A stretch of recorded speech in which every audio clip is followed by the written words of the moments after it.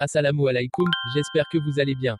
Depuis plus de 1400 ans, Allah a défié l'humanité de trouver, ne serait-ce qu'une seule erreur dans le Coran, jusqu'à présent personne n'a pu relever le défi. Aujourd'hui nous allons parler, d'un chrétien ignorant qui prétend relever le défi en affirmant trouver une erreur scientifique dans le Coran. Mais avant, écoutons d'abord cet extrait. Savais-tu que Allah, le dieu de l'islam, était un mauvais mathématicien ou alors un très mauvais biologiste? Dans la sourate 31, verset 14, nous lisons ceci. Nous avons commandé à l'homme la bienfaisance envers ses pères et mères. Sa mère l'a porté, subissant pour lui peine sur peine. Son sevrage a lieu à 2 ans. 2 ans égale 24 mois. Mais dans la sourate 46 au verset 15, nous lisons: et nous avons enjoint à l'homme de la bonté envers ses pères et mères. Sa mère l'a péniblement porté et a péniblement accouché, et sa gestation et sevrage durent 30 mois. Donc, gestation plus sevrage dure 30 mois, ce qui veut dire que la grossesse a duré 6 mois. Nous savons tous aujourd'hui qu'une grossesse est de 9 mois. Donc alors, mauvais calcul d'Allah? Ou alors mauvais biologiste? Déjà, les versets ne donnent pas une règle unique et rigide sur la grossesse, mais une durée minimale possible. Son portement et son sevrage durent 30 mois. Cela signifie que, dans certains cas, la grossesse plus l'allaitement peuvent totaliser 30 mois.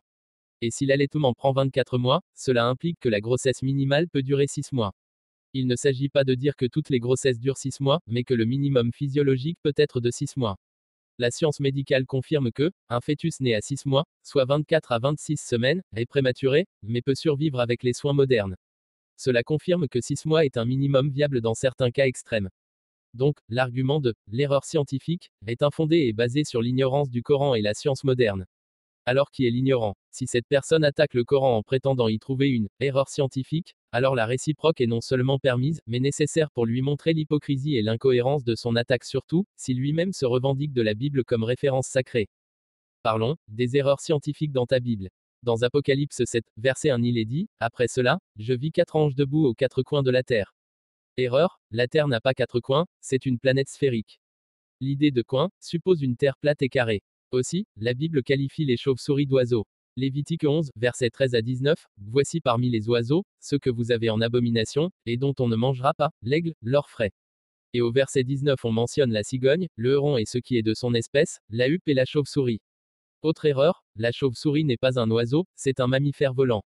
Et enfin, la Bible affirme que le lièvre rumine. Lévitique 11, verset 6. Vous ne mangerez pas le lièvre qui rumine, mais qui n'a pas la corne fendue. Le lièvre ne rumine pas, il pratique la caïcotrophie, qui est un processus différent. Max, avant de chercher des erreurs dans le Coran, commence par corriger les erreurs qui se trouvent dans la Bible.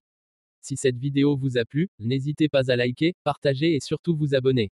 À la prochaine.